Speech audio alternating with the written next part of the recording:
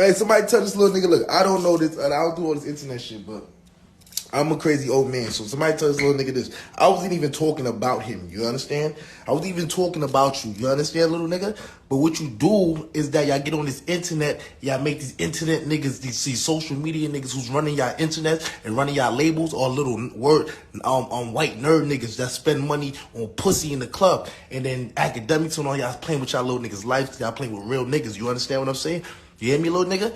Alright, cool, cause I'm 2-0 for the year already on parole, nigga. $1 million up, nigga. 2-0 for the year already, nigga. Stop fucking playing me. Anyway, long story short, I was even talking about you, little nigga, but you got yourself some shit. You know what I'm saying? You got yourself some shit, cause I make my money anyways. I make 100 grand a week. I still do this, you know what I'm saying? Still do this while I'm being blackballed. I don't give a fuck about no views. I'm not a little kid like. Hello, everyone. Welcome to Cold Black Facts. Thank you guys for tuning in. So I want to be quick. I want to talk about Bobby Shmurder he's going back to jail. He's going back to prison. Bobby Shmurder went on a live camera in front of the world and told the world that he was going to delete some people on site. Bobby told the world who he was going to delete and how he was going to delete them. So when you want to know why many of the young males within Black society cannot handle conflict and why their conflict always result in them taking each other out, stay tuned. So Bobby Shmurder and NBA YoungBoy somehow got into some type of conflict. And instead of them resolving the conflict like men, Bobby resorted to making criminal threats while also snitching on himself. Mind you, he is currently on parole, but that doesn't matter because while on parole, he's still bragging and bigging himself up on, his criminal past, his dysfunction, as like it was a flex or something towards NBA YoungBoy. I'm 28 years old. I'm a grown ass man. I'm in here for money. But when I catch y'all little niggas, or DJ Academic, everybody, bro, any nigga I catch like whack, any y'all niggas I can record this, I'm going to boom them on camera. On camera, live, on parole, I don't give a fuck. I'm gonna boom one of y'all niggas on camera. On my dead grandmother, nigga. Fuck is wrong with y'all niggas? Next nigga call my name, and niggas who called my name already. Hey, whack, all y'all niggas, when I catch y'all on my dead grandmother, I'm gonna boom y'all. On camera, I don't give a fuck. You know what I'm saying? So y'all let these niggas who put all these shits out, these memes and all this shit about y'all ask questions first like a grown man and say, did bro talk about me? Cause I call names. I'm gonna call your name. Like, I'm gonna shoot you. When I catch you, I'm gonna shoot you like whack. When I catch him, I'm gonna boom him. What about their grandmother? When I catch him, no way I can see him ever in my face. So when y'all call my name, make sure y'all notice. This is why I smile like this. And I walk around with $1 million of jewelry with you know me. You know what I'm saying? 2-0 for the year, baby, on parole. An NBA YoungBoy who is in his own right has issues and on many levels also come from a dysfunctional background, but he responded, seemingly trying to de-escalate the situation. I have 3 main points that I would like to address, explaining why I think issues of violence within Black male society will never truly be resolved. Okay, so point number 1, why is the majority of Black men seemingly ignoring the issues that they have among each other with violence towards each other? Okay, hear me out, you guys. It's sad because, violence, the violent issues between Black males is intentionally being ignored. And let me tell you why I say that. Because as a group, Black men seem to just not care. Think about it. Name the Black males with large platforms that have a platform dedicated to fixing the violent problems that they have within the community. What large influencer specifically has a foundation or organization geared towards fixing the violent issues among Black males? Have we not learned anything from the Young Thug's situation and how law enforcement is using his lyrics against him to bear their case, to include him as an accessory to the crimes related to having people deleted? We would think that Young Thug's situation would be a current example for black male rappers as well as black men in general, but clearly nothing has been learned. It seems as if Young Thug's, situation was just a hot topic, and as Neely Fuller would say, it's back to normal. Nothing was learned, nothing got done. It's, back to business as normal.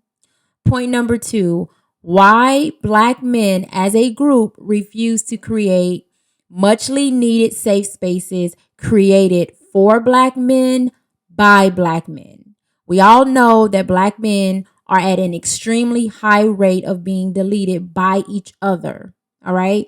So that's one black male to another black male. The rate is extreme. All right. The rate is so high that it is the number one killer of black men between the ages of 1 and 44 years old, I believe. On top of that, the black community complains about how there are no safe spaces for black men, no mental health support, black men are not protected, or that black men have it the hardest. But we fail to call out the discrepancies in it all.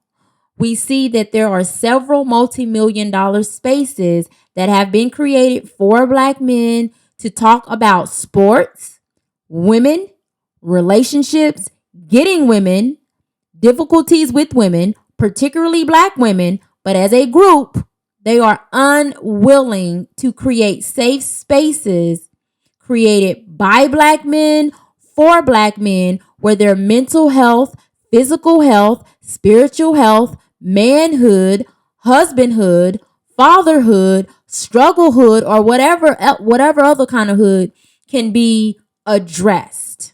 And that is the issue that I have when it comes to seeing videos like such where this behavior is not called out, this behavior is not addressed, the dangers of this behavior is not addressed. Nobody cares, nobody's talking about it, everybody's sharing it, but nobody's talking about the true issues, which is how violence play a major role among black male society. It is literally taking them out. Literally. It is the number one killer. The number one killer. And nobody cares. Nobody's talking about it. Because I can tell you one thing, when it comes to black women being killed, guess what? A lot of black women are talking about it. A lot of black women are talking about the deletion rate among black women and how black women are being deleted every 5 hours. All right. We have groups, foundations. I mean, it's being talked about. Things are being done. Precautions are being made. Now, again, this is fairly new because it has never been talked about. It has never been addressed. It has never even really been tracked until recently. But we are doing something about it. We are putting the word out because it is a concern. I'm a black woman, right? I commune with black men. I want to be safe when I commune with black men. And so as a black woman, it is a concern. So I can't be more concerned than black men about black men's safety, about black men being protected, not from just the cops, but from each other. Black boys, a lot of black boys are guiding at very young ages. Young ages, you're going to hear Bobby literally say since he was a little kid. Beach selling bricks, and shit like that. I just stay away from y'all kind of niggas, and I don't get around the crowd because I'm really crazy. Y'all like all pretending like no, I'm meant like really crazy from kid. Like everybody, like my kindergarten friends, everybody knows me from kids. But like the niggas names you call it right, these niggas like 3-4 years older than me. I run with niggas older than them, nigga. You know what I'm saying? I'm the wrong one. I just getting money, bro. I just be getting money. But like, imagine if I was on the label, though. If I was on the label, bro, that's why I got the biggest story ever in the industry right now. You understand? I got the story that y'all niggas cannot ever have. That's why y'all don't want me on the label. What is y'all story? What is really y'all story now? Now you got me on your ass. What is your story? Let me know what the fuck is your story, bro. When did you come? And it's by other men in the community pulling these young boys, aside and basically imparting trash into these young boys. All right. So, point number 3, why does so many black men think that it is cool to brag about their criminal past? Just like we seen in the video, bragging about the criminal past is a flex. It's a, oh, look at me, I'm big and bad. And I can't count the times I've heard someone speak about how crazy or dangerous they are, or how they can be or how they can be, and then they use their criminal background or past violent behaviors in harming people to prove just how big and bad that they are. I have literally seen men argue about which drug kingpin was pulling the most money, or doing the most drug sales, or who sold the most, or which local menace to society was the baddest. Think about how many rappers, right? Think about their songs. Think about their lyrics. Think about how they glamorize criminal lifestyles. Think about that, you guys. Think about the lyrics. Think about the lyric references. Think about some of the rappers' names. 50 Cent. Where do you guys think he got his name from? He got his name from a real person named 50 Cent who was a menace in society. Rick Ross. Rick Ross got his name from what? The drug kingpin Rick Ross. All right. Think about all the album covers that, reference different criminal activities and things like that. These things were glamorized. They're still glamorized. And then we wonder why somebody like Bobby Shmurder can get on video thinking he's bigging himself up, thinking he's, big and bad, trying to prove how crazy he is, how much of a menace he is. But he's self-sabotaging. He's harming himself. Because don't think for 1 minute his parole officer didn't see that video. He's sitting up bragging and snitching on himself. Like, how stupid must you be? If you're going to do something criminal, you don't tell the world. You don't get on camera and tell the world. You make the people who want to know, you make them do the work, and they find out what happened. You don't say it. But you big and bad, you crazy. So you about that life. So you did 6 years and you want to go do another 6 years. And this is what we think is cool. And this is what is not being called out. And this is what people are not thinking is a big deal. And until this issue gets fixed, the murder rate among black males and black women and children, but we're specifically talking about black males, will stay the same. And I don't know. I've said this time and time again. You cannot expect the white man to come in and fix this problem. You cannot expect a woman or women to come in and fix these problems. Let's be real and logical here. If these problems are going to be fixed, black men as a group, as a whole, as a majority, not the minority, because there are some out here, the minority out here trying to do stuff. There are. But either they don't have big enough platforms, nobody really cares, nobody's donating. And it's just like, okay, whatever. And the only time somebody cares is when a black man is shot down by a cop. But black men are not just shot down by white cops. Black men are also shot down by each other. More than.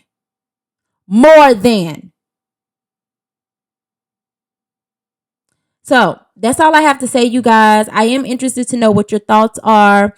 And yeah, you guys leave some comments in the comment section. Thank you guys for tuning in. If you are new, I appreciate you. I do welcome you to subscribe. And if you are reoccurring, thank you guys and keep supporting. And you guys have a good night. Goodbye.